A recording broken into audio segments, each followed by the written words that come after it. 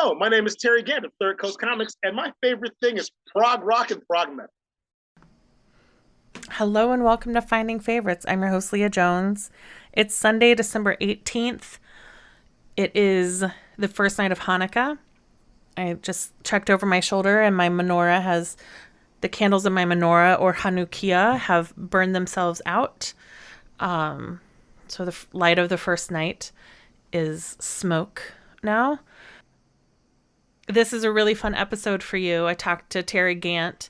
He was one of my first two interviews. And we talked about not the League of Nations, League of Superheroes a couple years ago. This time we are talking about Twitter and then prog rock. So he's got a whole prescription for people that are ready to get into prog rock. And we tell some stories about the old days of Twitter, and kind of peak Chicago Twitter, which I talked about with, John Morrison and Monica Rada a few weeks ago. I've got your Christmas episode recorded. I talked to Liz Nord about great documentaries. So next weekend you'll be getting documentary recommendations. And then I am looking for you to send me audio clips of the best of 2022. Not clips of this podcast of the best moments, but what were the things you thought were the best in 2022? Pop culture, moments from your own life, politics. I did a best of 2021 episode. It was a blast. And so I'm inviting each of you to send me an audio clip, 1 to 5 minutes. Email it to me, leahj77@gmail.com. That is leahj77@gmail.com. Send me a clip, and assuming they all come through and it doesn't become a 5-hour episode, I will include all of them. And that will be the New Year's Day episode. So your deadline is like December 30th, and then I'll drop those in all together, and we'll celebrate the kickoff of 2023 by celebrating the best of 2022. I hope you have a meaningful Hanukkah if you are Jewish like me, or you are Jewish adjacent and heading to some Hanukkah celebrations. It's a great week to eat fried food, latkes, sufganiyot, which are jelly donuts. I ordered fried chicken for dinner tonight. So make the best of it. And happy 50th birthday to Jason Mantzoukas. I assume he is not listening to this episode, although I think that he and Terry would have a lot of fun comparing bands and talking about music. If I could put Terry, Jason, and Phil and Kedra, and we talk about that conversation together around a fire, talking prog rock, I think they would go for hours, literally hours. So with all that said, please enjoy this episode, this conversation with Terry Gant. Technically, the sound editing on this one was a little bit beyond my abilities. Terry's birds start doing their evening routine during our conversation. We also had some recording. We had to switch from Riverside to Zoom half an hour into the call. So there were just some technical difficulties with this one. And it is just a little bit out of my reach as a sound editor. So I apologize for the quality of sound on this one at times gets a little goofy. But I'm talking to an editor again to see if I can bring on someone to help with the sound. So wear your mask, wash your hands, get your bivalent booster, and keep enjoying your favorite things.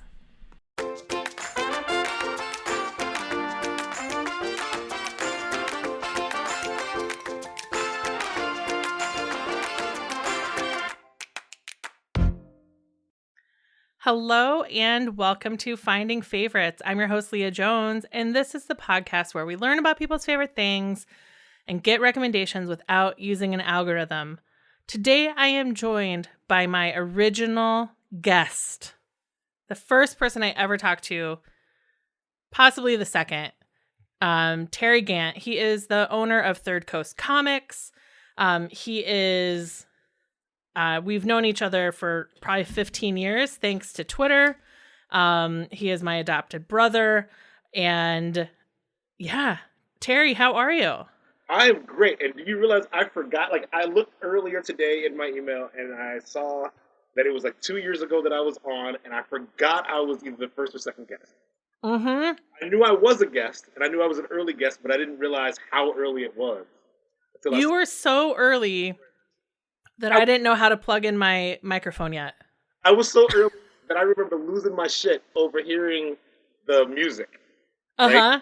Like I remember watching you. You were like, "Wait, hold on a second. If you think it's been cool so far, listen to this." And then you played the music, and I was like, "Hold on, that's cool, right?" Yeah.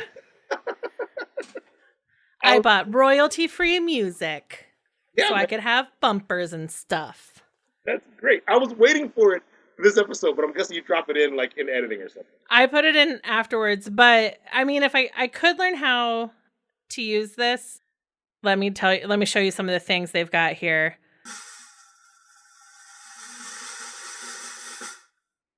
The drum roll. Did you hear that?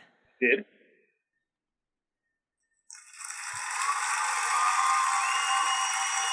Right? Ira Glass applause. Yep.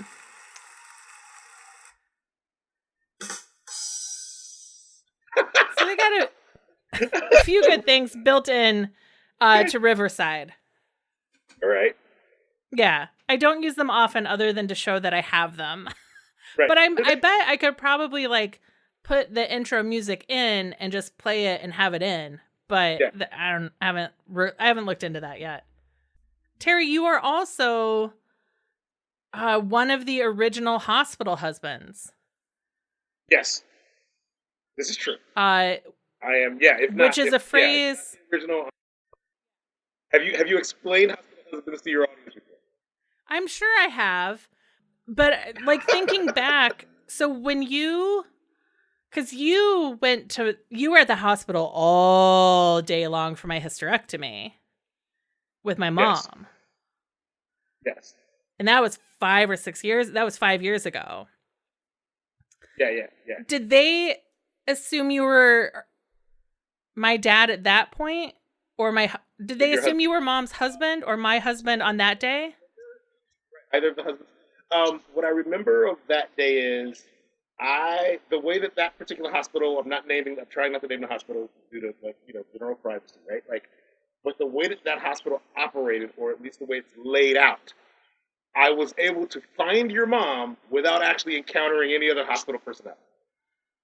So I don't think they did, because I think that by and large, that place, I've many times wandered the floors of that hospital, like looking for random things on days I've had to be there for stuff, and no one has ever wondered who I was, where I was going, or why I was there.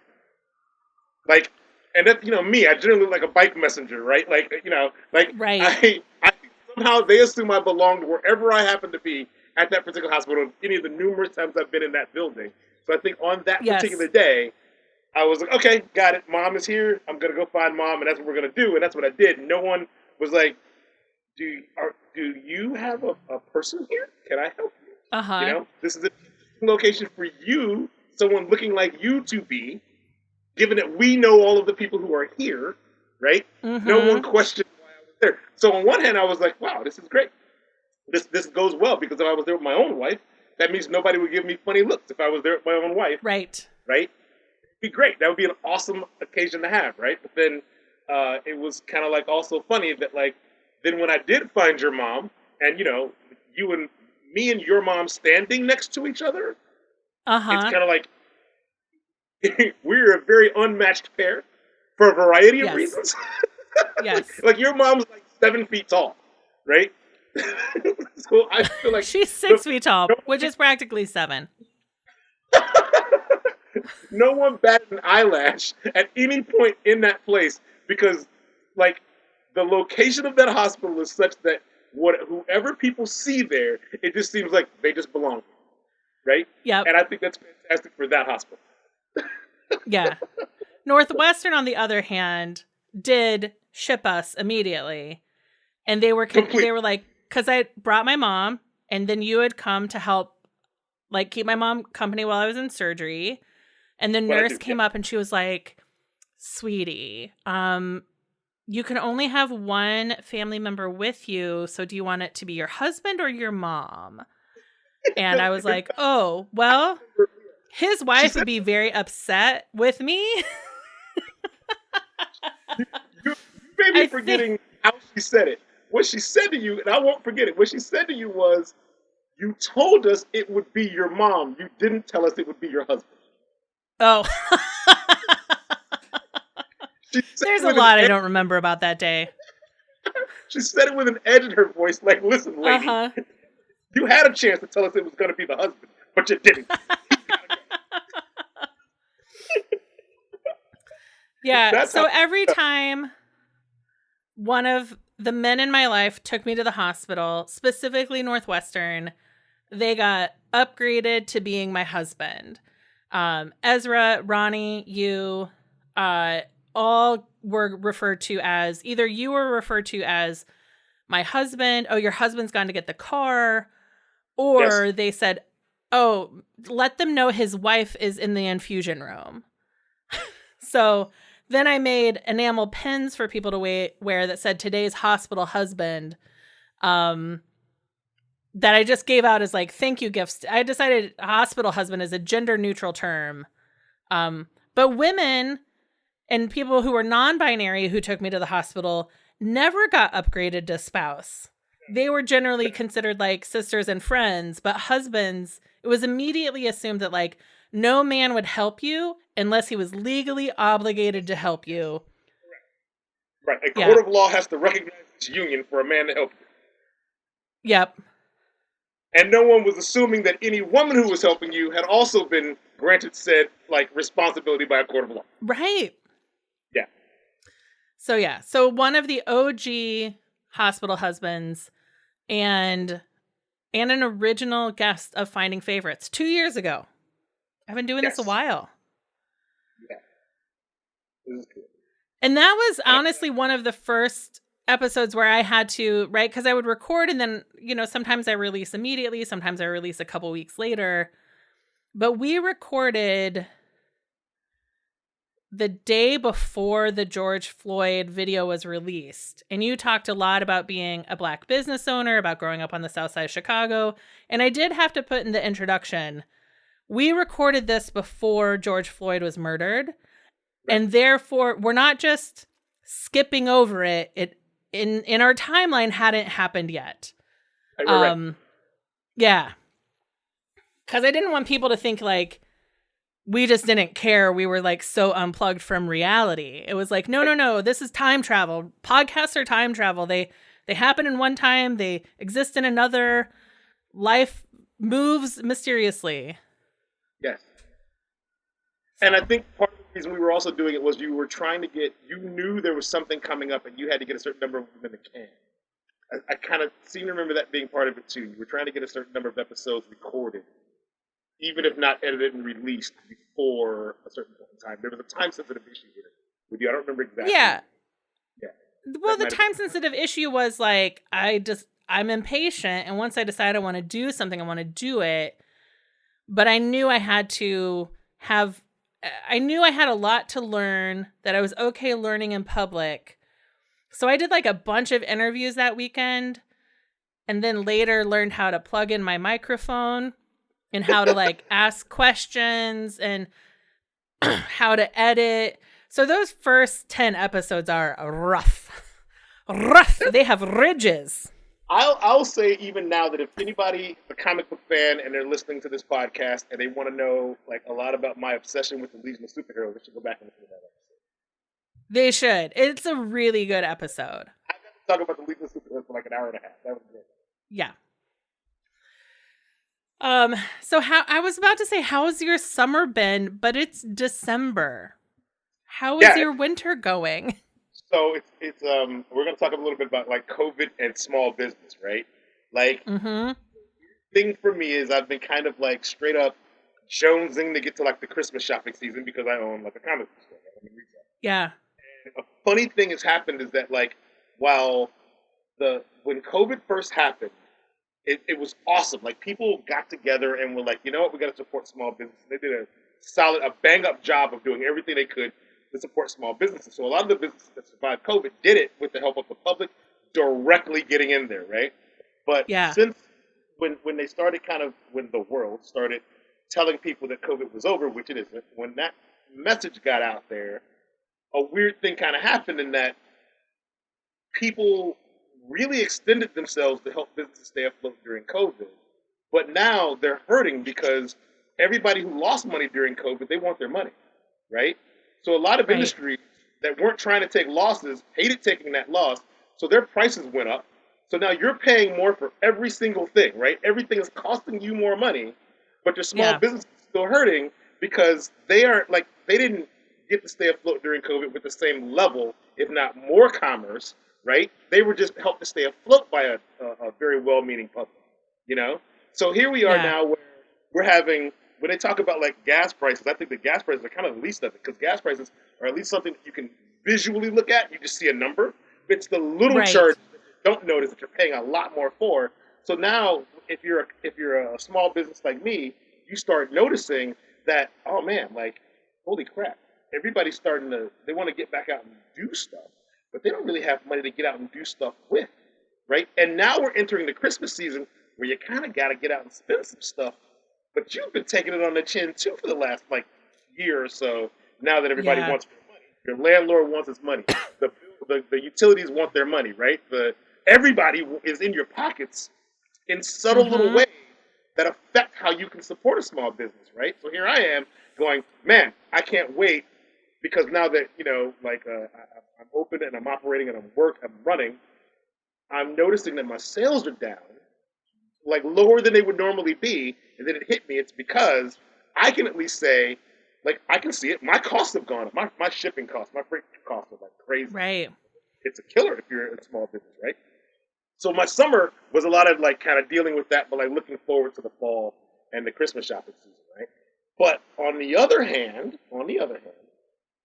the thing that kind of has me really like kind of happy about the thing is we're talking about it, right? We can discuss it. We can say, man, do you realize that like, boy, they sure want us to go into the office and catch COVID and RSV and any other number of respiratory illnesses.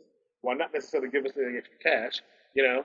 And is that event we're about to throw? Is that a necessary event where we got to shove 50 people in? Mm-hmm.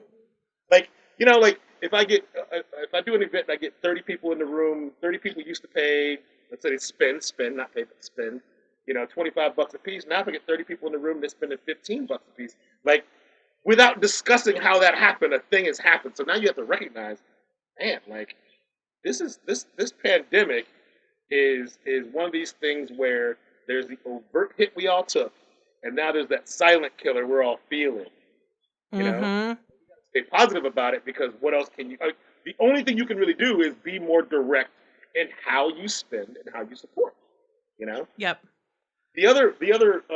so that's basically me saying, like, as a small business owner, I was telling some really good friends of mine the other day that I have to like really get back to training myself, not living and dying on the daily total of my sales. You know what I mean?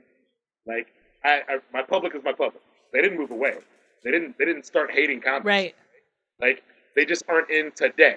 And as long as we don't have like negative 30-degree temperatures and mad blizzards and stuff, I can probably maybe I'll be all right. But if I'm not, I have to be positive about that too because all businesses have a life cycle, right? And how I'm learning about this is because one of the really cool things that has happened in my fall is I am now board president of the Rogers Park Business Alliance. Congratulations. Very much. And one of the things that I've kind of talked about with some other people at RPBA is recognizing that businesses have cycles, right? You Mm-hmm. start, have a middle ground, and sometimes there's an end, right? You don't. It's not like a thing where you put yourself like we all put ourselves into our businesses, right? Like your business isn't you, right? If your business has to close, you just have to go and do a different thing, right? Maybe you open another business. Mm-hmm. Maybe you that business. Maybe you alter that. Who knows, right? But like 10 years ago, I couldn't have said that, right? Like Right. when the economy crashed in 2009, there's no way we could have had a conversation about business cycles and like what's your plan? Should it have to go? You know what I mean? Should you have to make that decision? Like I couldn't have had that conversation. I couldn't even thought about it. because Right. my Because my ego and 2009, had you just opened on Broadway in the yeah, original spot? Like yeah, just opened, right? yeah. And all I heard back then was, man, most businesses fail within the first year, and I didn't want to hear that talk at all, right? Like, Mm-hmm. don't tell me that. No, I don't want to No, hear thank that at you. all. Do not want, you know. And now it's like Yeah. I've been doing this long enough that I feel like, if there hadn't been a pandemic and various other things in the course of like my business owning life, this could have been fantastically smooth. But like you can never predict these things. So I'd rather Right. be realistic about it, right? And just say, my business. I love my business. I love my customers. I love what I'm doing. I love being a comic book evangelist, right? A lifelong collector of comics and like a ringleader for this kind of stuff. And I love this, right? But Mm-hmm. it turns out the pandemic overall, not just the previous 2 years, but going forward, affected my business to the point where I just can't do it anymore. Then I can be realistic about it and just say, okay, I can't do this at this time. Now who wants to actually pay me real money? That's how I would approach it. My wife would be thrilled if I got real money for something. Right. You know, I do a lot of speaking. I should do more speaking. But I say I Yeah, do you a lot. should. But like, whenever I get asked to do speaking things, I absolutely do it. Like speaking about comics and the comics culture and things like that. I absolutely say yes to every one of these things, and typically these things absolutely pay me, right? So I love that I'm able to take the kind of the cred I got from running my business the way I have, and I pivot that into people wanting to hear me speak on what I speak on. I'm in Mm-hmm. fact for the CSO. There's an event at the CSO on December 19th. You heard it first here, my favorites, where I'm speaking about comics at CSO on Monday, At the December 19th. Chicago Symphony? Yes. At that It's CSO? yes. Yeah. How cool. Right? It's a Monday, so it's like Monday evening. It's in like I guess the building has like these little other theaters inside of it. It's one of those. I'll post Uh-huh. when I have the full details. I just got the actual details of parts of them. I just got them just like Friday or whatever. So tomorrow, the next day, I'll actually post it as like a thing on the socials, and it's free. And it is a Q&A with me, a composer guy, and an artist.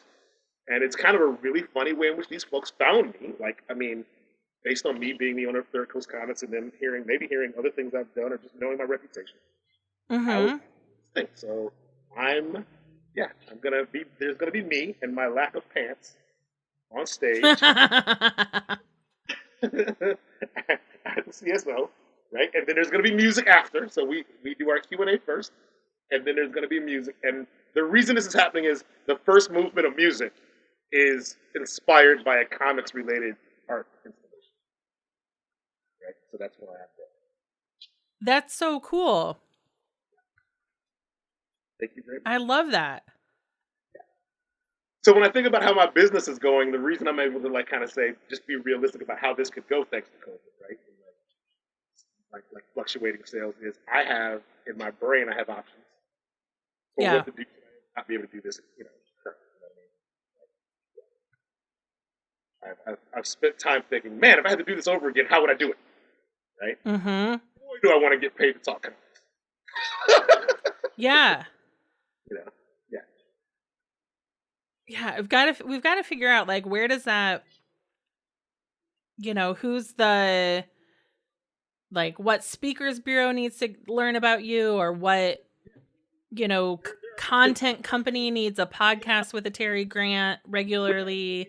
Mutual friends who are the kind of people who like almost know exactly who to hit up for that thing, and they're so Right. good at it. It's like Amy Goose should be my publicist, right? Yes. One of those, True. right? That would fix everything. Yeah. Yeah, I agree. So we'll put that out in the universe for 2023. Blah! More speaking engagements for Terry Gant that Yes. include commas in the number. Yes, 100%. You don't speak if the speaking number doesn't have a comma. I like How about this. that? I like this. there needs to be a And you comma. don't pay for your own travel. Oh, I really like that. Mm-hmm. I like that a lot.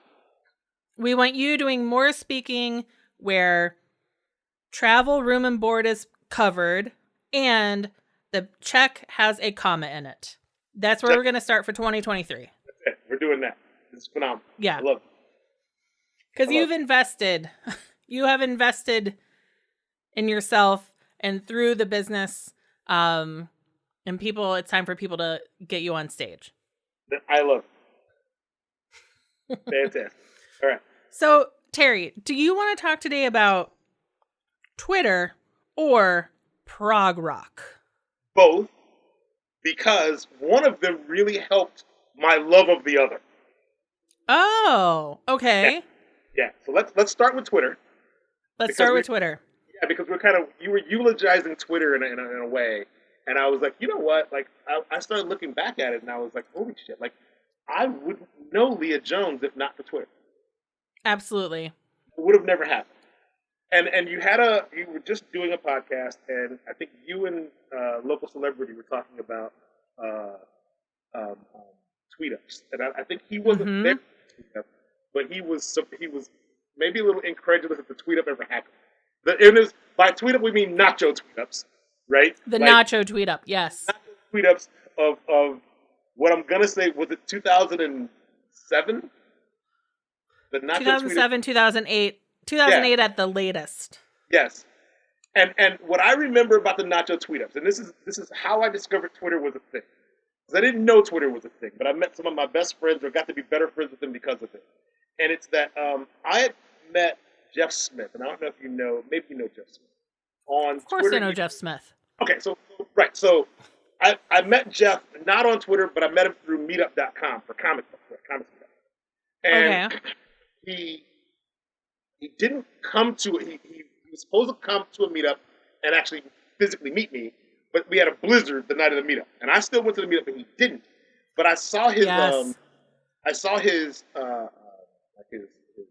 profile image, and he kind of looked like Biggie Smalls. He was like smoking a cigar, and he had his hat. And I was like, guy, like, what's this straight gangsta ass dude who want to come to our comics meetup or whatever? And he had his website. His website was like All Things Dork or something like that. And so I went to it, and I was like, oh, maybe he's going to be talking. He's going to do some comics blogging or whatever. And he might have done a little bit of that, a few, like maybe a couple of like comic reviews and things like that with some video game stuff, and I didn't really care about that. But there was something scrolling on the right side of his website every so often. And it confused me because I thought he looked like Biggie Smalls. I thought this dude was posting like stream of conscious rap lyrics on his website every so often. Because the stuff didn't make sense. Some of it looked conversational, but I couldn't tell. I couldn't tell if there was an actual conversation being had. Right? It was like when people do like just some free flowing poetry where nothing rhymes, but they got stuff to say. And I was like, what is happening right here? And I met him like 2 months later, and at one point we're hanging out, and I'm like, first, this dude ain't very gangster. I don't know what the hell happened. No, he is not very gangster. And then the second thing I said was, hey, I've been to your website. What the shit is happening over on the right side? And he goes, oh, that's just my Twitter feed. And I was like, it's your what? Yeah, it's just Twitter. And I guess he assumed I understood what that meant. But I didn't, But I kept looking at it, and then I realized, okay, there's a website for it. Let me go to this website. Okay, got it. All right, what the hell is happening here? It's just random people kind of saying shit. All right, well, that's interesting. And then the next thing I know, there were random people saying shit that I was interested in, right? So I'm like, okay, I'll post some random shit to those people. Oh shit, somebody responded, right? Like, that started happening. Right. The next thing you know, like, I'm on Twitter now, and maybe like a year or so passes, and I'm now on Twitter. I don't think I have a solid follower base or anything. I don't even think I was doing follower counts. I wasn't paying attention to that. And it was like the 140 characters, if that. You couldn't post pictures.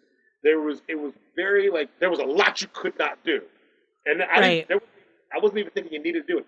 In fact, because I didn't have a web interface for it, I think I was posting from myself, from my non-smartphone. I was posting. You were sending in text messages. Yeah, while on the train. I was on the L because I couldn't. For some reason, I could read it while I was at work, but I couldn't post while I was at work. Is what I seem to remember. So I would only post Mm-hmm. from my flip phone, right, or my Palm Pilot, or Yep. something weird like that. And then somehow I found out through Jeff maybe that a bunch of us from Twitter were going to eat nachos. And I thought, Mm-hmm. all right, you know what? That seems weird, but shit, there's nachos in it. Let's do this, right? Right. And I get to nachos, and we're at we did two. One of them was at like the rock bottom maybe, and that's not one where I actually that wasn't where that was the hot one. The good one was in Lakeview at a spot. Like a John Barleycorns or something, right? Like, It was something like that for one of them, but the other was at like or an actual Yaxies. We were just like going places with nachos on the menu.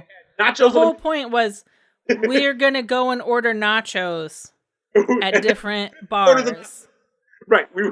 There'll be 50 orders of nachos and a bunch of drinks, and whatever bar or restaurant we showed up to, you just got to deal with it. That's what we were doing. Mm-hmm. I remember walking in, and at some point, I'm talking to Stacy Jill, and that's Stacy Yep. Jake, Twitter like username, right? And I'm talking to her for a Yeah. while. She's in LA now. She's directing short films.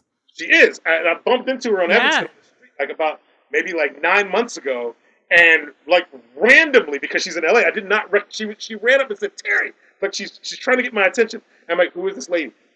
And I'm thinking Uh-huh. maybe she's like, is she the mom of some kid that comes to my shop? I don't know what's happening here. But I hadn't seen her in so long. But when I met her that night, we were getting along really so well that like we realized that we lived within like 5 blocks of each other, right? Mm-hmm. After that night, I'm seeing Stacy Jill on the bus stop, right, to go to work, probably twice a week. I've never seen this woman before in my life. Before the Uh-huh. and we start like seeing each other and like chatting on the bus. And then she says, "You know who you have to meet? You have to meet my friend Jenny Spinner. You're gonna love Jenny Spinner. You and Jenny Spinner will Yep. go up." And I'm like, "Who the fuck is Jenny Spinner?" Right? I'm trying to picture a person whose name would be Jenny Spinner, right? Right. I do what I do is I hear a person's interested. Someone told me that this person would be interesting and we get along really well. So I find Jenny Spinner's Twitter and I said, "Hey, if you know this Stacy Jill person, she thinks you and I'd be great friends. You want to hang out?" And Mm-hmm. Jenny says, "Okay, sure." And it's Cubs opening day coming up, right, pretty soon. So me and Jenny Spinner, sight unseen, have never met each other, decide we're going to meet for the first time. We're going to go to Crew on Broadway, right? We're going to go Uh-huh. to Lawrence on Broadway, and we're going to watch a Cubs game together, right? And I don't know what Awesome. I'm expecting, and I've talked to Jenny about this. Jenny had no idea what she was expecting, right? But I met Right.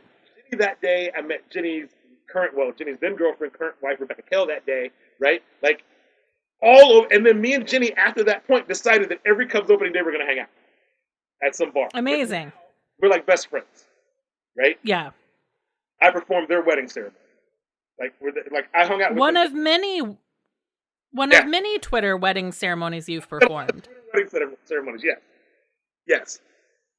So without Twitter, I wouldn't know you because I met you at the Nacho Tweet Up. And the thing about the Nacho Yep. Tweet Up that I also found interesting was it wasn't like 50 people descending upon the bar and ordering 50 nachos. It was 50 people descending on the bar, but largely in 3 or 4 different groups, right? Because Mm-hmm. at some point, like you're there because someone told you to show up to the thing. So most people are there because of the person that told them to show up to the thing. Browser not allowing to record. Not allowing. Okay, I'm going to stop the recording.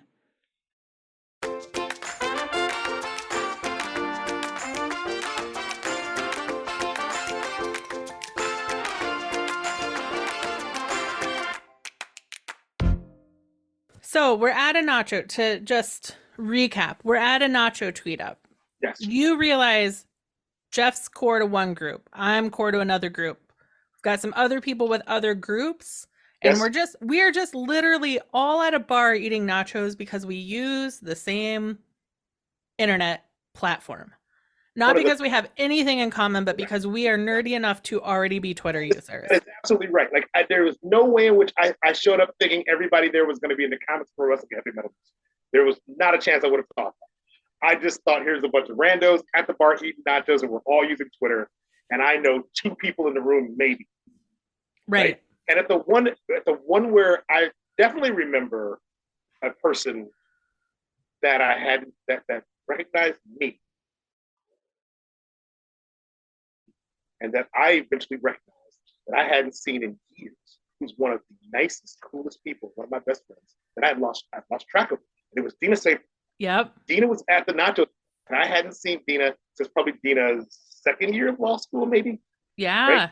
Years prior to this point, because I was a law school admissions recruiter before I was a comic shop, right? And I might have still been working for law school when this meetup happened. No, nope, I couldn't have been. I was definitely comic shop owner, so this happened in 2008, and I remember thinking, "Holy crap! Like this is so cool that Twitter has made this happen somehow." Yeah. Like I just don't like. Maybe MySpace could have pulled this off, but Facebook could never. Right? Facebook could never. It was like that. Like, holy, can you? I can't believe this, right? I really thought that what in the world is happening here? I live in the future. I'm getting invited to randomly have nachos and look at these cool ass people in the room that I'm meeting. Yeah. Right? Everyone just had. I was talking to people about what do you tweet about, and they would tell me, and I'd be like, huh, I think I'd be interested in hearing about that. You know, that's Mm-hmm. cool. Whatever. Okay, cool. Like I have no idea. Like guy who is into policy and urban planning. You know, there's no other way in which me and that dude would have ever connected. Absolutely. You know, it wouldn't have happened. There's no like I wouldn't have thought for it, whatever my interest was, where would I find a guy to randomly talk to post things about like urban policy and planning for like, city neighborhoods without Twitter. At my life at that time, I'm just not sure how that would have ever gone down, right? Where would it be that I would find that somebody is just posting like random pranks that they pull on people? You know what I mean? I don't know. Like maybe somewhere I could have found that, but Twitter made that happen. And Yeah. you also then found out that like, okay, now there's a wrestling Twitter. Now there's a music Twitter. Now there's like, local hangout Twitter. Now there's, politics Twitter. These things kind of develop over time and you get into them, like, all right, this works for me. And Yeah. also doesn't work for you, you can nope right out, right? Yeah, you can walk out of the room and nobody really has to notice you left. There was one point where I remember thinking, and this is related to you specifically, I remember thinking, you know what Twitter's done is Twitter's exposing me to some other cultural kind of things I've always been curious about. I think I'm open to some of that, And there was a thing that you were doing for a while. And I remember telling my wife, I said, hey, Lisa, so I think before I come home, I'm gonna go out after work and there's this I don't know, there's some kind of like Jewish cultural thing happening at a bar, like down in Lakeview. And I'm gonna go check out this Jewish cultural thing. And she was like, "You're gonna do what?"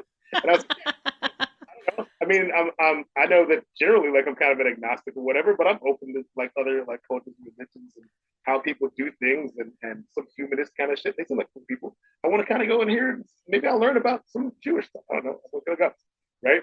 Nice. And the first time I went, I remember my wife saying, "So, what have you learned so far?" And I was like, "Nothing. They don't seem to be talking about anything Jewish today." Because I didn't understand what TBD minion meant. Oh, You remember this? I wonder if it was. So I had It's a Mitzvah, which was like there always was a topic, and the rabbi would come for the first hour, but after the rabbi left, we would just drink wine and bullshit. This wasn't it. Not that.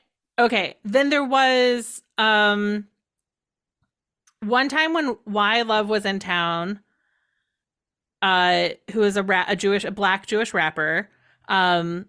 So I did a meetup with him at Matilda where it was like a Jewish Twitter meetup, which may or may not have had actually people talking about Jewish stuff. And then there's TBD Minion, which was my independent minion. We would do like meals together. Yes.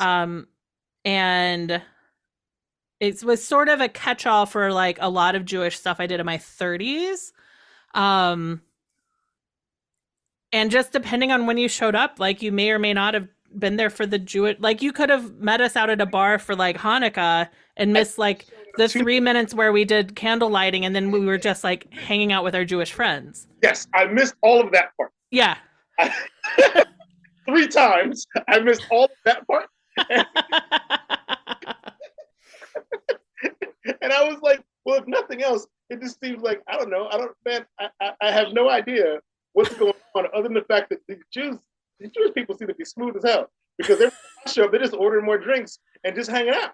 Like I'm not sure where all the stress comes from because every time I get here, this is what seems to be happening. And then I meet some people and we talk about some nerdy shit and then we pay the bill and I go home. Like, right? It's like Yep, that's fair. Most often at Matilda, in the back room at Matilda, was in the back. probably. Yeah. Yep. Which was my second home for many years. I love that bar. Yeah. So I remember going to those things. That's how I met Dahlia, Yep. and a few other people. Like, and it was And just Dina came to those. yeah. Yep. I just got there too early, too late for like whatever else had happened For prior. like you got there after the Jewish content. Yeah. Yes. Yeah. Then I just remember saying, I said to my wife, I was like, I guess, man, like they're low key about getting people to convert, but I kind of see why if you hang around long enough, you will. You know, Right, because Jews don't proselytize. low key about So everything. low key about yeah. Man, they got opinions about martinis, so like, this is all right. Oh my gosh. Yeah.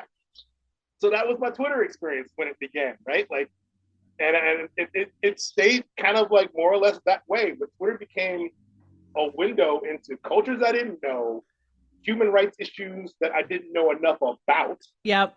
right? Like it wasn't that Twitter was political. It's that you were going to find out through following a person.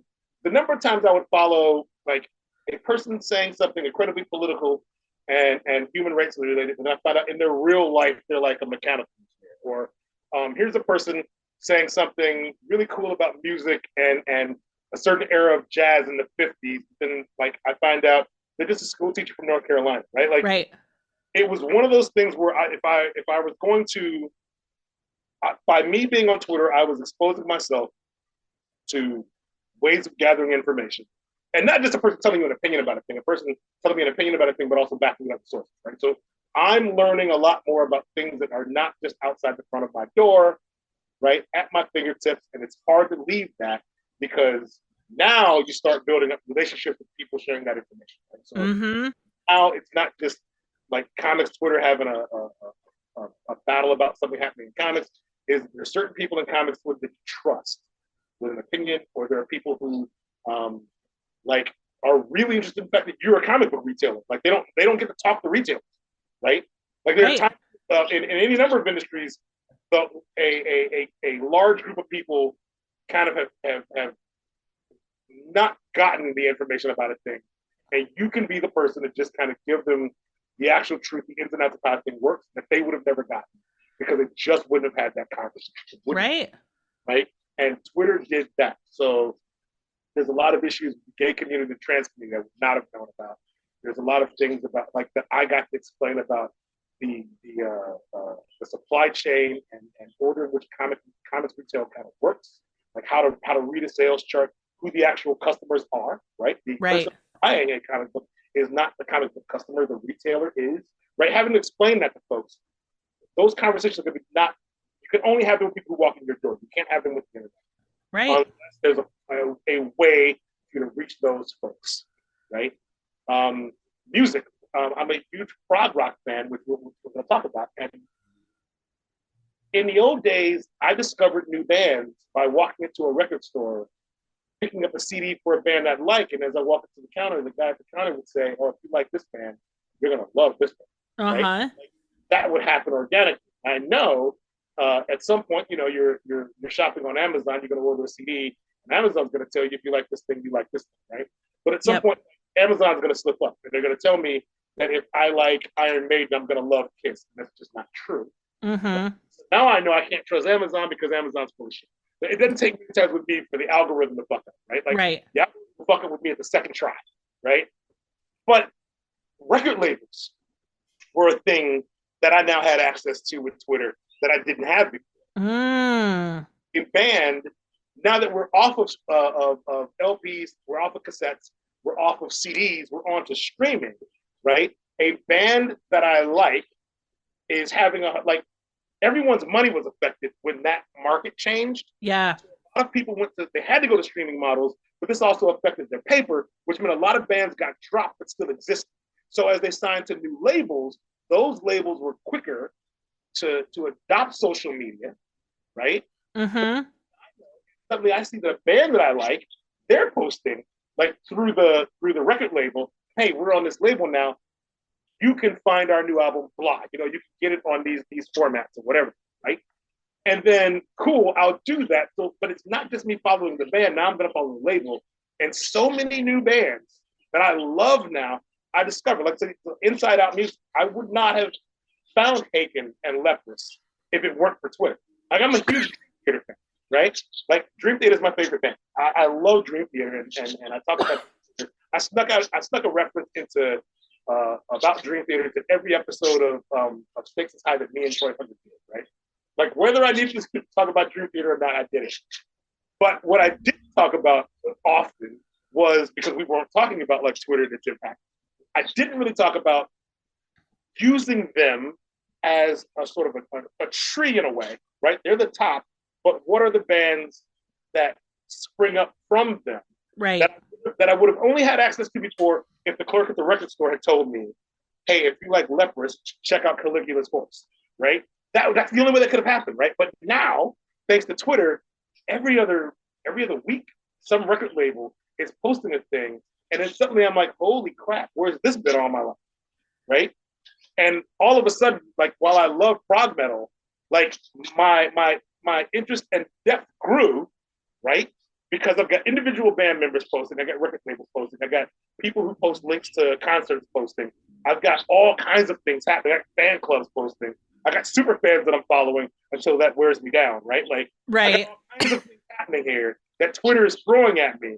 And I can actually, well, in the old days, tweet that. I was able to keep sane by ordering them in columns. Mm-hmm. So I would have comics Twitter in one column, which is how I got to know a lot of creators. I put music Twitter in another column, right? And I would just do it this way without using the Twitter website because then there's just no sorting at all, right? Like I didn't like that. But this was just really cool to be able to do, right? Like it's not that I didn't leave my house to do it. It's that since I wasn't at my house, right? I wasn't record stores on the thing and everything's becoming a little more special. Why not have a feed of information that understands that you've curated? Yeah. Like, right? That works out. And then a Nazi showed up, right? So then I was having a ball, until Nazis decided to creep into every conversation, every fan group, everything. Yeah. I remember there being so many conversations about like, you start explaining your Twitter feed to someone and they're very cynical people and they go, oh God, so that just means somebody's gonna post this is what I had for breakfast this morning, and then everybody just likes what they had for breakfast. How stupid is that? And I thought that does sound stupid, except for one thing. Someone might post this is what I had for breakfast this morning. And they might be talking about a brand of cheese, right? Or a vegetable that you did not realize was available in your area. Uh-huh. Suddenly you're going, holy crap, you know what? I have a gluten issue. What is that? Right? Where did that come from? How can I be down? Right? Yeah. So yes, somebody's posting. This is my cup of coffee. And this is you one of your guests recently was Monica Rada, right? Yes. And Monica Rada is really into coffee. And Monica posted a picture of some form of coffee that she had. And I'd never heard of this thing. She knows so much about coffee, more than I will ever know. It looked like a dessert.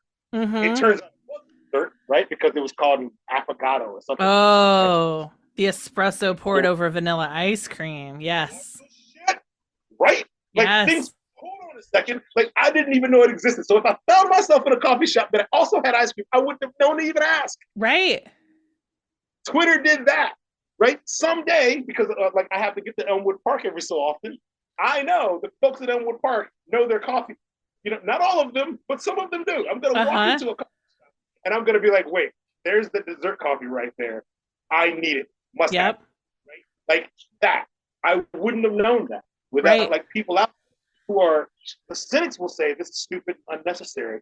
But those of us who use it will say, hold on a second, I've learned a thing today. You know? You're also learning things about your friends, and when you go into an office every day, you do come to find out, like, oh, what do people eat for breakfast? What are the things people bring in for lunch? You talk about food and coffee. It's small talk, but small talk greases the wheels for bigger talk. It's called phatic communication. It gets you, yeah, posting pictures of your breakfast allows you 3 months down the line to talk about the big political issue because you've like had those little touch points around coffee. So now you can talk about the Nazis and fascism, right? Like it I doesn't have to, all conversations don't have to be big to be important. 100%. I also have friends, thanks to this pandemic, you worry about your communities that you come to know, right? I Yeah. have friends out there who I don't talk to every day. I might talk to them once a month, right? Who are good friends of mine. And I kind of miss folks, right? But if you look at their feeds and you see they're posting dinners they've cooked, I say to myself, if I haven't talked to them in a minute, I will, but I haven't. But Right. I at least know they're eating healthy, right? Yeah. I know they're seeing their therapist, right? Like Yep. this thing that you get that you understand about your community, so that you can go, okay, cool. They're all right for now. You know what I Yeah. mean? For now, at least that aspect, I ain't got to worry about.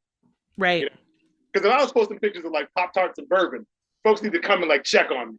You know, to Fair. be that sometimes, right? You Right. know, no. They're making actual meals. They've carved that space out. Yep. And then you also learn your friends are really good at cooking. Yeah. So if you're throwing a party or doing some kind of event and they say they're going to bring something, you can trust them. Yeah. Good news. You know, You can trust some of them. you can trust some of them. You can't trust everyone. You Yeah. can trust them. Twitter did that for me. Yeah.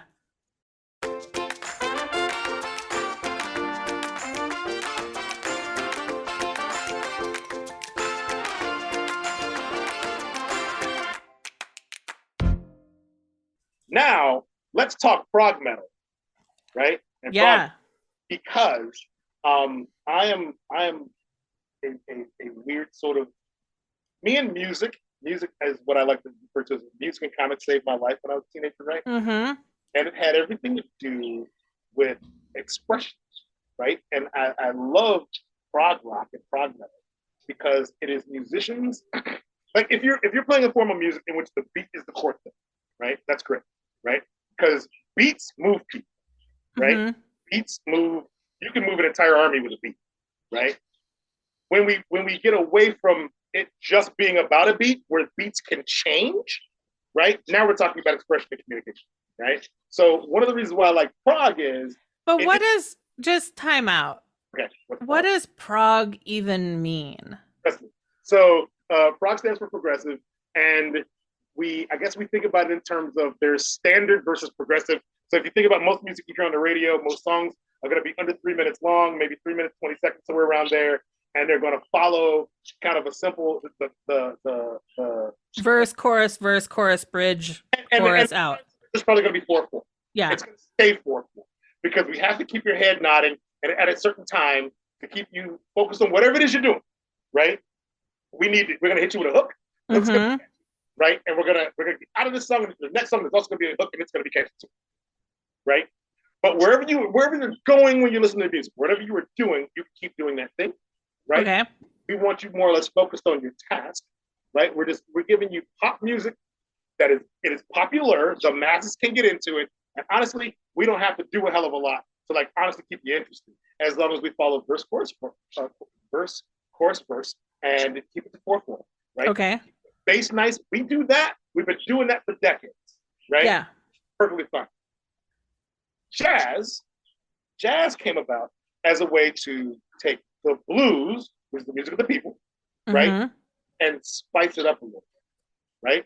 We took the music of the people and we gave it a little bit of a twist. Mm-hmm. We got some like some extra things we want to say. We want to slow it down. We want to speed it up. We want you clapping in a 4/4 kind of way. We want you on a 1, 2, 3, 4. And then we're going to throw a thing in there that's a 1, 2, 3, 1, 2, 3, 4. 1, 2, 3, 1, 2, 3, 4. We're going to do that, right? Mm-hmm. Switch it up on you, right? And now you're paying attention to something interesting just happened. what was that thing, right? Right. Prog is like jazz or metal or rock music, Okay. right? And one of the things that differentiates it is we don't like if you're in a. What I notice about prog bands is if you listen to Genesis, old Genesis, right, like from the '70s, Peter Gabriel era, Genesis is coming up performing songs with subject matter that's all over the damn place in an era in which everybody else was just talking about shaking dance, right? Mm-hmm. So it growing up, I didn't realize that like I mean, if you're in my house growing up, everything was about funk music and R&B, and by and large, the subject matter was roughly the same. You're finding ways to feel good in bad times, right? Mm-hmm. Somewhere along the way, it is someone making music saying there is more that can be discussed or expressed than feeling good. Sometimes you feel like shit, and there's a complex way that you feel, and you may have to like get that out, and it's Mm-hmm. out in 4/4, right? That's a thing, Like a lot of prog musicians love Tears for Fears, right? Okay. Because Tears for Fears made a career out of making songs about stuff you're talking to your therapist about, but not your friends, Huh. right? Okay. If you go listen to The Hurting by Tears for Fears, that album, that first album, if you listen to that, it's almost an entire album about childhoodness, right? And that's a thing that you'll talk to about a person that you're paying per hour. But when you go to the bar, you're not talking about your past trauma at the bar, right? Right. At the bar, everybody's smiling, Right. but everybody at the bar is hurting on the inside, right? So like what I got out of Prog was that folks were finding ways to express themselves and feelings and moods and tones, right? That the music industry themselves were not trying to promote because it's verse, chorus, verse, right? It's 4/4, it's bass beats, right? Mm-hmm. Hip hop came along and did exactly what it needed to do, right? Hip hop was a way that people tell stories about their lives, Right. right? That they can give you a window in, but they still had to give you a window in through like the boom bap. They had to give it to you through the beat, right? But if you listen to say De La Soul, right? If you're a De La Soul fan or a Tribe Called Quest fan, you're a Prog fan because what Mm-hmm. they were doing was they were approaching hip hop music through kind of a different. They were coming at it from a different direction, right? Like those guys could have battle rapped you all day, but they weren't battle rapping you. They were giving you stories. They were giving you like life experience. They were giving you like counterculture. Public Enemy gave you counterculture, Huh. right? Yeah. So like the label might be like the label might say hip hop, but prog fans love those hip hop groups, and those hip hop groups tend to like prog, right? And metal because there's something else being expressed there. They found in common. All right. The only like of your friends group, the only person I think that might be able to like that this would make sense to offhand is Phil Gomes, Yeah. right? But me and Phil sat us around a fire talking about like obscure ass thrash metal one night. Mm-hmm. One of the best conversations I ever had. Yeah. I mean, I think you, Phil, and the third person I'd throw in that mix is Keidra Cheney, And Keidra, 100%. right? Yes, I think the three of you could probably do a whole year of podcasting about this topic. yes, easily, Yeah. easily. And so for me, what I the order of events in my life was that a friend of mine in high school gave me a cassette, like a long, like kind of 90-minute cassette kind of thing, right? Like 120 minutes, something like that. And it was Metallica's Master of Puppets on one side, Metallica's White Knight on the other side. Okay. But he was like he had dubbed it or somehow he got it. He kind of liked it, but he knew I would like it, right? Because I was kind of like in the like some heavier music, but definitely a lot of like edgier, like new wave and kind of like punk stuff, right? So maybe you'll like it. And at that point, I was like, I do really like this, and I started looking for bands that were kind of that sound, right? Mm-hmm. And I stayed kind of in a thrash vein for a couple years, and then one day I'm at a record store and I see a VHS cassette of Iron Maiden's Life After Death. So it was like a concert that Iron Maiden did in like Long Beach, California. I took that thing home and I must have watched it 4 or 5 times straight because I hadn't really heard Iron Maiden before. I had not yet listened to any other albums, but I watched it. So the first time I ever hear Iron Maiden, I'm watching a live video. Uh-huh. Blown away by two guitarists who are playing the same, not the same rhythm parts, but they're also playing lead parts that are like in a blues context, like that are their lead parts are talking to each other, right? They're meant to go together, right? But it's one person plays a thing that leads directly to the next person playing a thing, and vice versa. Which in pop music and even a lot of metal, you just didn't get that, right? And they were Right. at it, and the songs were about like you know ancient, like classic poems and like Edgar Allan Poe and like H.P. Lovecraft. But the songs were about all kinds of things you might have read about in the book, but never known somebody to write a song about, right? Their singer was like an operatically trained tenor, right? Like everything about Iron Maiden was like, okay, suddenly I'm into this. So now I started looking for bands that are kind of like from this mold, and that got me to bands like Queensryche, uh, Mm-hmm. and bands like Dream Theater eventually. And once I heard Dream Theater, I think I liked them at first, but I didn't.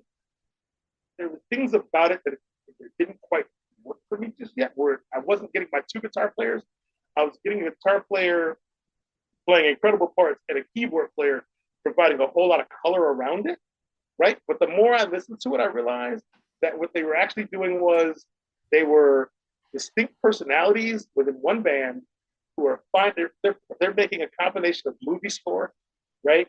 A combination of like heavy metal, like they were some jazzy bits, all kinds of things are happening in their music, right? And over the years, they've just given me like all kinds of different ways to approach expressing yourself musically, right? From a bunch of like highly trained, highly educated musicians, right? Who every album they find a way to go one step further in their musical expression. And it's just always mind blowing. So as time goes on, like these guys get older, right? Because I discovered Dream Theater in like the late 80s, early 90s. And here we are 2022. Well, what are the children of Dream Theater, right? Who are the bands that grew up listening to Dream Theater? Dream Theater grew up listening to Russian Iron Maiden. Okay. Who were the bands that grew up listening to Dream Theater? So I found a lot of bands who grew up listening to Russian Iron Maiden. They were very good bands. But Yeah. when somebody separates themselves, right? Like at some point we hit like who are the in hip hop, who are the artists? A lot of artists love a lot of fans grew up listening to Public Enemy. Who are the rappers who grew up listening to Chuck D? Right. The rappers who grew up listening to The Roots and Black Thought, right? Who are the rappers who grew up listening to Rakim? You find out who those rappers are, and you follow those guys, and it becomes at some point you're about to get who are the rappers who grew up listening to Kendrick Lamar, Right. right? Like you someone's gonna take what those artists did and push it to the next level. And the journey of like finding those artists is the best thing if you're a music fan, right? Dream Theater got me to Haken, and Haken I can only describe as what if Pink Floyd were a lot younger, right? Like what Fair. years old, and really wanted to make songs about like sci-fi books and like but make them a little heavy, right? Like what if they wanted to do Highland books and other sci-fi things? What if they want to make music about like William Gibson novels? Mm-hmm. That's what Haken is. And then there's Leprous, which is one of my favorite bands, and I refer to Leprous as death opera, Okay. right? They are the heaviest atmospheric band you're probably ever going to hear, right? Because they're a bunch of Swedish dudes.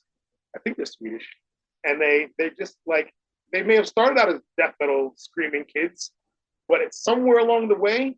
Like once you realize they got a keyboardist and a cello in there, like like at some point in there, like that cellist is playing some amazing melodic lines that death metal just doesn't normally have in it. Like you're expecting a bunch of death metal growly, super fast, Right.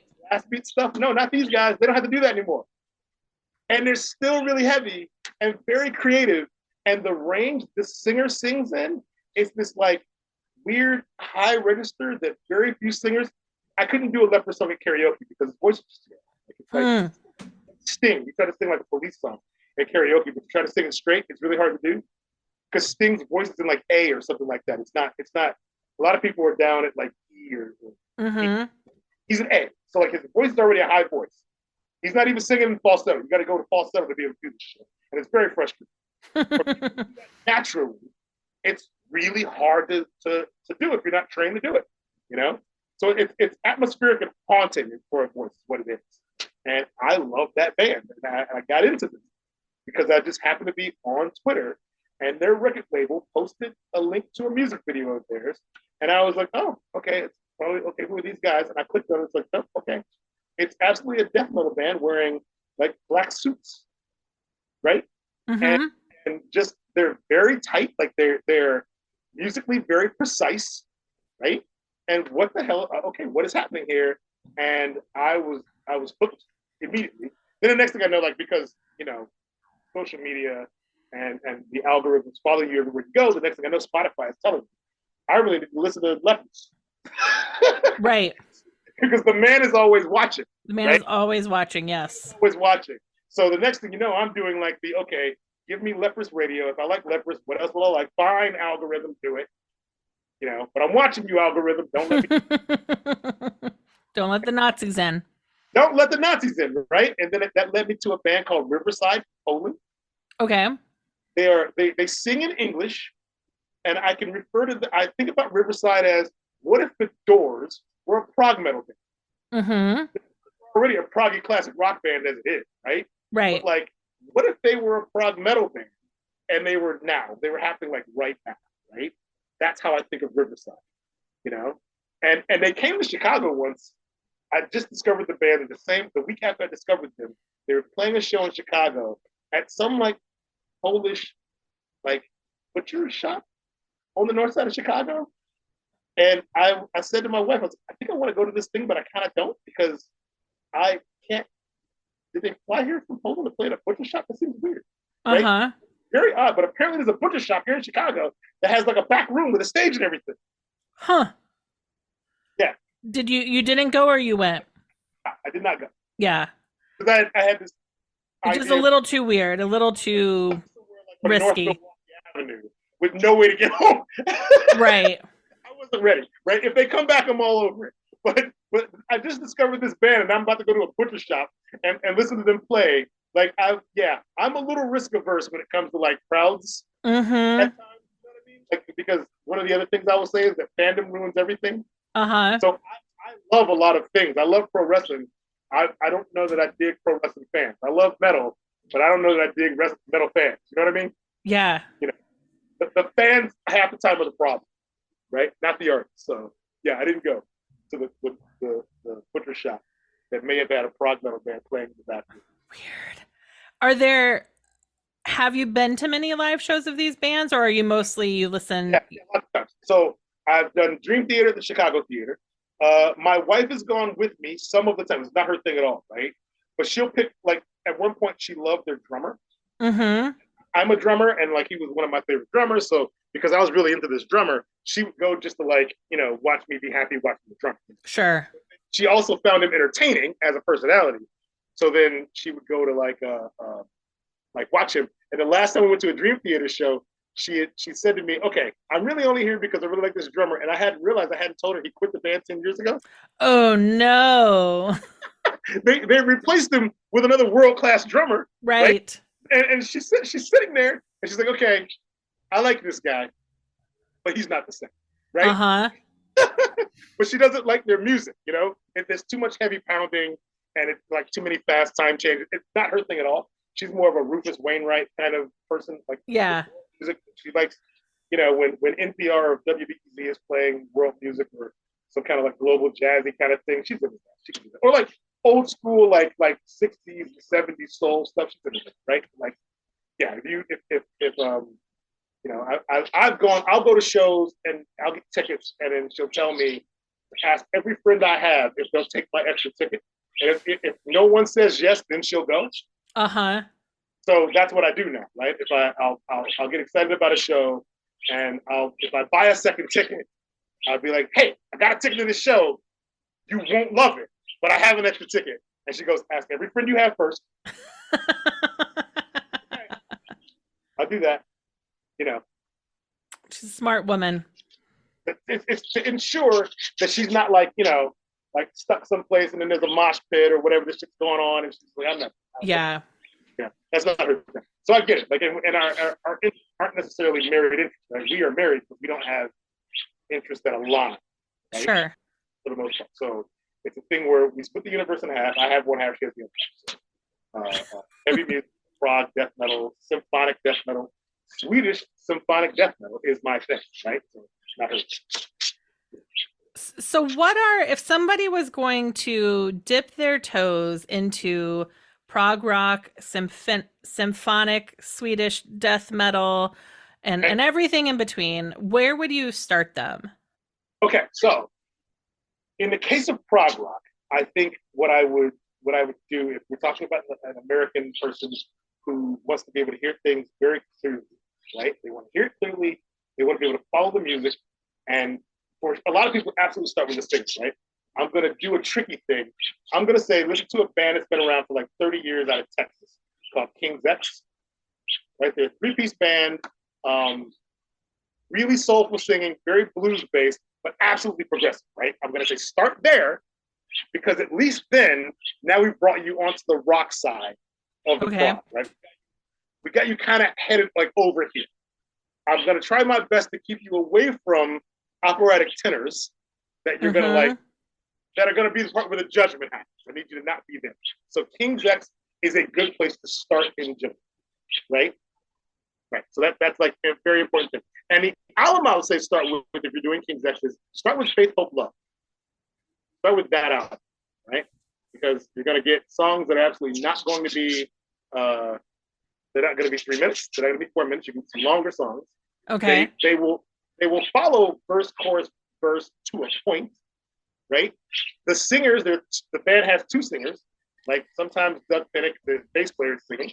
Then you're going to get a soulful gospel style, right? And then sometimes Ty Tabor, the guitar player, is singing. You're going to get a more like traditional rock singing. And there's a lot of the songs are about like their struggle with their faith, right? Things like that. And after that point, I'm going to say, now we're going to bring you more into like a prog kind of thing. I might take you to a band called the Pineapple. The Pineapple? Right? The Pineapple. Yeah. Okay. Because it is a good chance that a lot of people have heard, like, let's say, The Killers. Sure. You know, music of The Killers or like Coldplay. Bands like, or hell, John Mayer, right? So things that like work for you in a rock context with bands, right?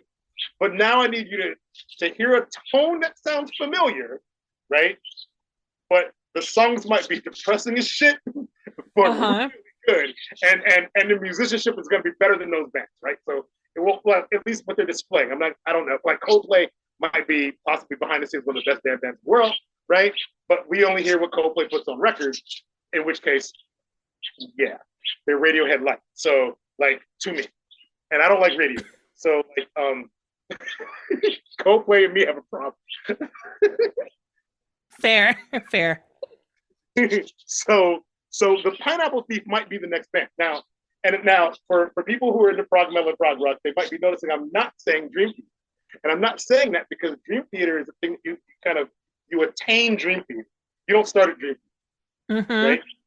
Like I don't tell people to start at Rush, right? Right. Don't start at Rush. The minute you hear Geddy Lee's voice, you're out of it. For the average person, right? You're just it's not gonna work, right? I have to get you someplace where you're at least in the room, right? Before we start taking you down corridors. You know? Yeah. I gotta get you on the porch before I put you in the kitchen. Yeah. All right. You know what I mean? Yep. Yeah. That's a thing, right? If we're gonna get to Swedish symphonic death metal, yeah. If we're gonna, right? One of the bands that I think kind of works for a lot of people like Nightwish, right? A lot of people do like Nightwish, and it's because Nightwish has always had very quality singers. The singers typically are generally women, right? Who are operatically trained, phenomenal stage presences, and there's a lot of keyboard stuff, like the kind of things that you might hear if you were going to like one of those. If you've ever heard Trans-Siberian Orchestra, yep, right? You've heard the kind of orchestration you might get in Nightwish songs, But if you've also heard Metallica, you might get the kind of guitar riffing you might have heard in Metallica. So if we're combining what is effectively like theatrical keyboard and symphonic playing, right, with kind of might already be used to now that Metallica is palatable to the average audience, when they wouldn't have been in 1986. Mm-hmm. Which can be your band. And if that works for you, then I'm going to say go to a band called Dark Tranquillity. Dark Tranquillity. From Nightwish to Dark Tranquillity. Also, I'm on Nightwish's their website, and then they have very cool swag. They do. Like, they have some good designers working on their stuff. It looks very cool. Every dollar they're paid for that band. Yes. Mm-hmm. Yes. They're an industry over there. Yes. They absolutely are. Okay. Who did you just say? I immediately forgot. I was so taken in by this Nightwish stuff. And Tranquility has 2 L's for some reason. I don't know. Oh, like a quill that you would write with. Yeah. And I'm not even sure if they meant it that way, or if they just can't spell, or if the word is spelled differently in Europe, like color has a U in the UK. I don't know why. Favorite has a U in it. I don't know if that's a thing. I've never figured that out.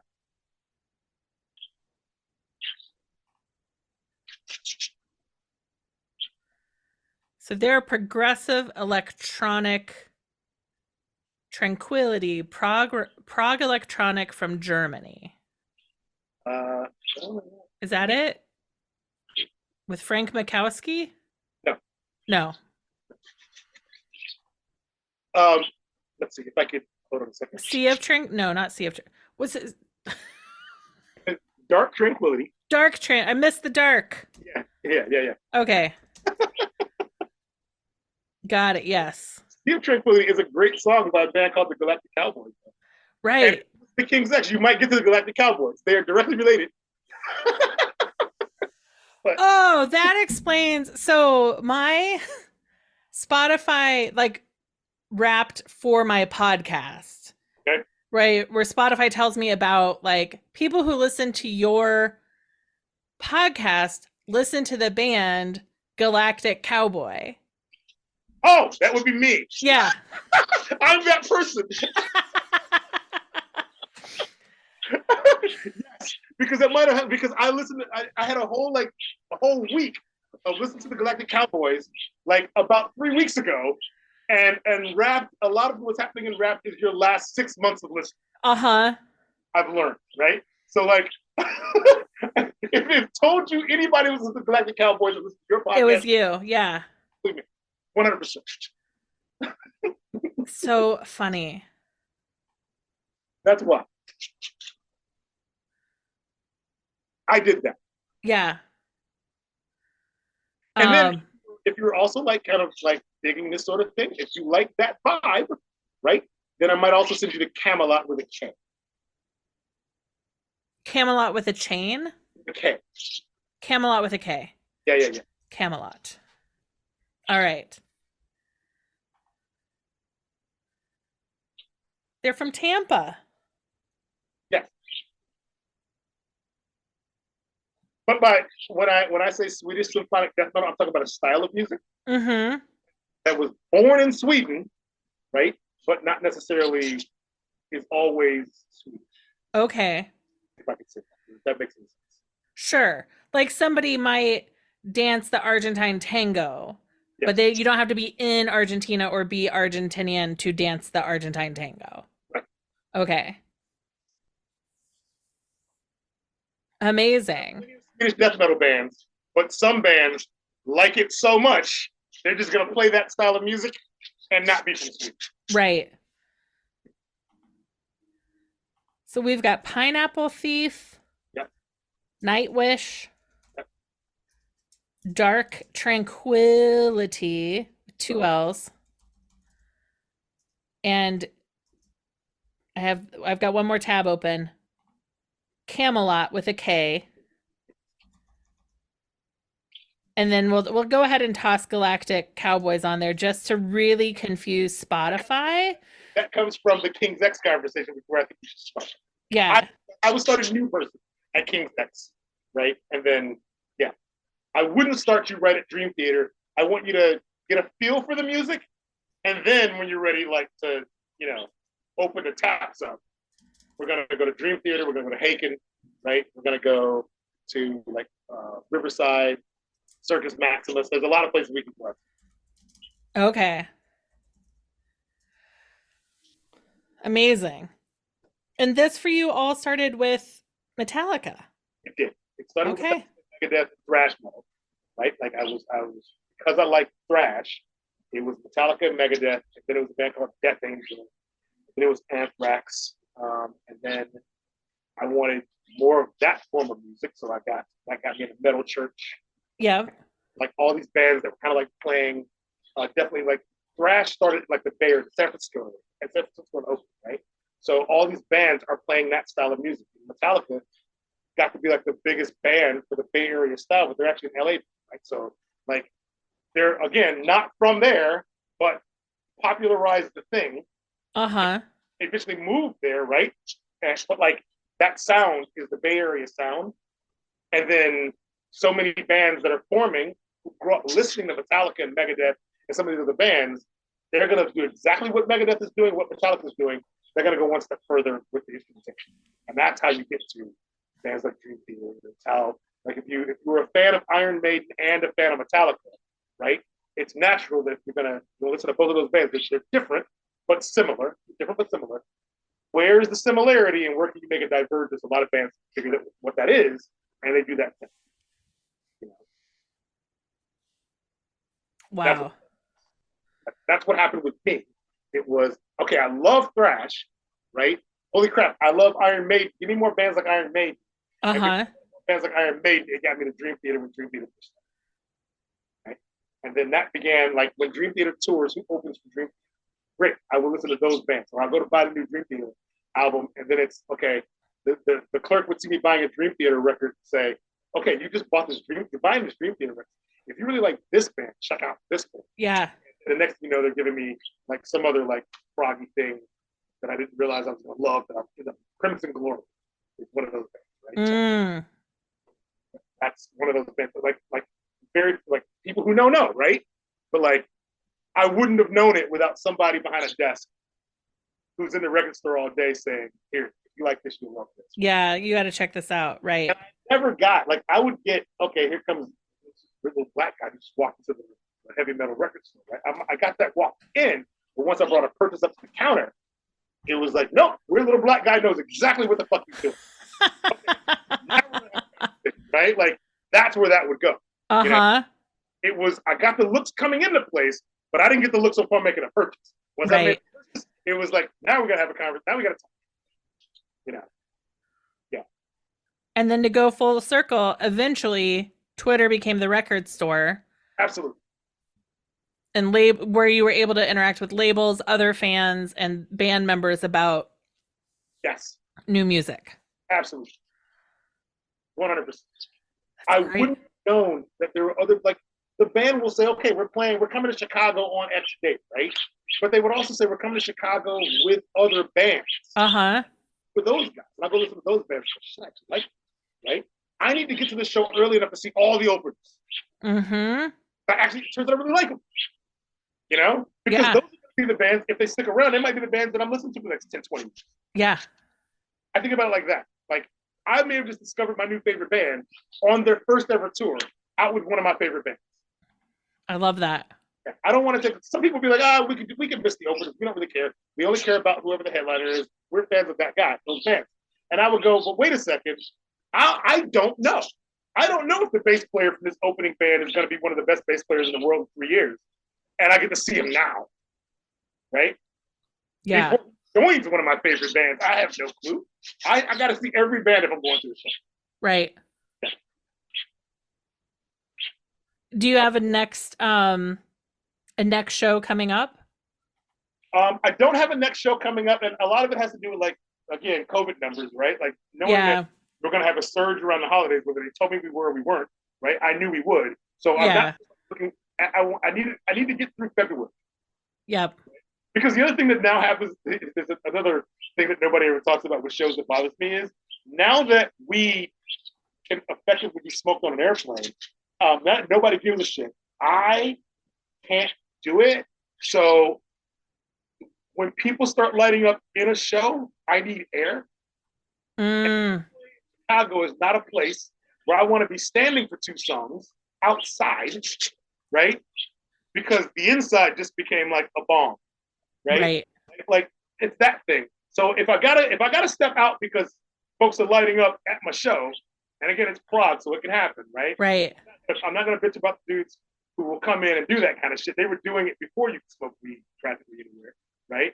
But I like to be able to pick a season to go see a show where if I have to step out, I can actually function outside for a minute before going back in. At this age, the age that I am now, I want an experience at a show that I can kind of make my own experience, Yep. right? I'm not just gonna put up with any damn thing, right? So I've become that dude. Sometimes I'm the balcony guy who just goes up there and I'm away from the crowd and I can just do my own thing up on the balcony. Sometimes I want to be down on the floor. Right. But when I need to step away for a minute, I just might need to because I'm not 25 anymore. Right. Step away. I want to be able to step away and come back to you. And I don't want to do that in January in Chicago. Yes. That makes 1000%. It's like, yeah. Yeah. There was a show that I wanted to go to that I actually missed, but I missed it for a good reason. I was doing a talk at Northwestern about Black superheroes, Mm-hmm. and they paid me, right? So Good. I was doing a talk, but it was the same night as John Petrucci, the guitar player from Dream Theater, was playing in Chicago to support one of his solo albums with the former drummer for Dream Theater backing him up. Oh man. But also the opening band was a band called Mean Streak, which is an all-ladies thrash metal band, of which 3 of the members of that band have married members of Dream Theater. That's like the ultimate double date. It really is. And I wanted to, well, the timing of the talk at Northwestern University kept changing. Mm-hmm. So I thought I was going to be able to go to this show. And then at the last minute, I was like, I got to take a paycheck, right? Yeah. So I took the paycheck. But the trick was looking at social media and seeing John Petrucci and folks tweeting about how cool it is that he finally got to go on a tour with his wife instead of being on the road for a year and a half without his wife. Right. Being able to take his kids on tour. Yeah. Right? Because both parents are playing, right? And his kids are now teenagers, and all their kids are musicians, right? So to me that was really damn cool. Like Yeah. John and Mike Portnoy had not been able to play together since probably 2010, right? Because Portnoy quit Dream Theater and the fan base lost their damn minds about it, right? The fan base is still not being adults about it even after all this time. Well, the smart ones are, but a lot of them aren't, right? But here they are playing together for the first time since about 2010. And the other members of his touring band are also phenomenal musicians too. But the opening band are a bunch of their wives just like rocking like crazy. That's right? amazing. Yeah, 100%. That's it. That was the last show I was super like into the possibility of being in, but I didn't. Yeah. Come back on. But yeah, I'm always on the lookout for a show I can do.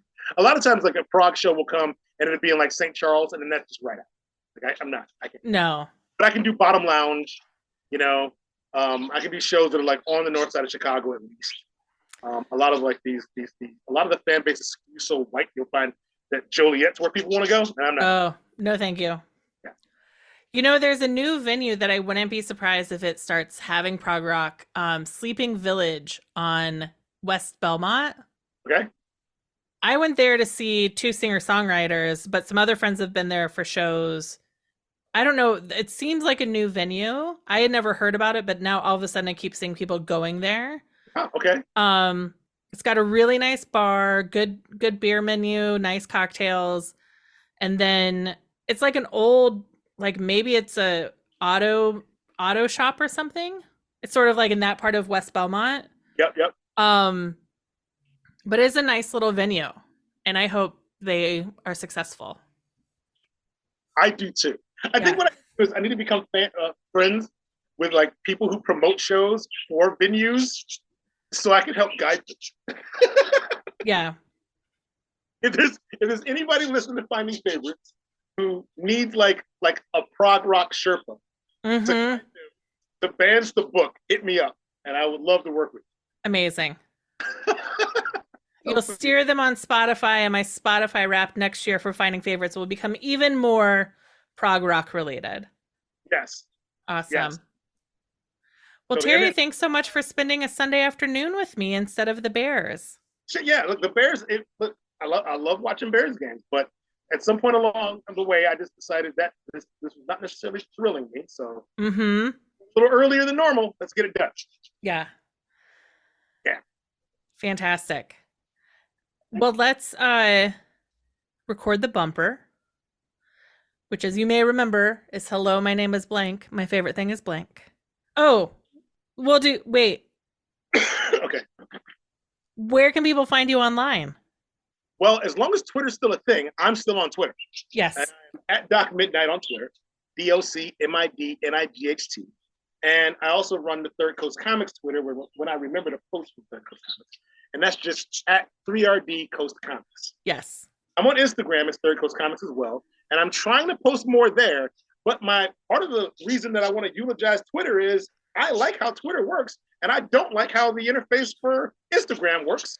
And I hate it. So I'm trying, but it's different. And it's so different that it's kind of a pain in the ass. Yeah, it's a huge pain in the ass. Yes. But people will be able to find you as Doc Midnight or Third Coast Comics anywhere they go looking online. I signed up for Hive, but my phone is so old, it keeps crashing. And ages ago, I did sign up for Mastodon, but that was when we first heard about Mastodon, and I haven't logged into it since. So I'm not even liable to find me. Right now, you can find me on Twitter, or you can just email me if you want, like, to do what I do at Third Coast, which is I'm kind of your comic book sommelier. So just email me at Terry at thirdcoastcomics.com. I'll spell it out. Tell me what you're interested in, and we work out a budget, and I will send you graphic novels that you didn't know you were going to love that just fit your budget, and I'll ship anywhere in the country. It's true, he will. I would make comments about the things I've picked up for Christmas from you, but this will come out before Christmas, so thank you for helping me with Christmas. You're welcome. Thank you for listening to Finding Favorites with Leah Jones. Please make sure to subscribe and drop us a 5-star review on iTunes. Now, go out and enjoy your favorite things.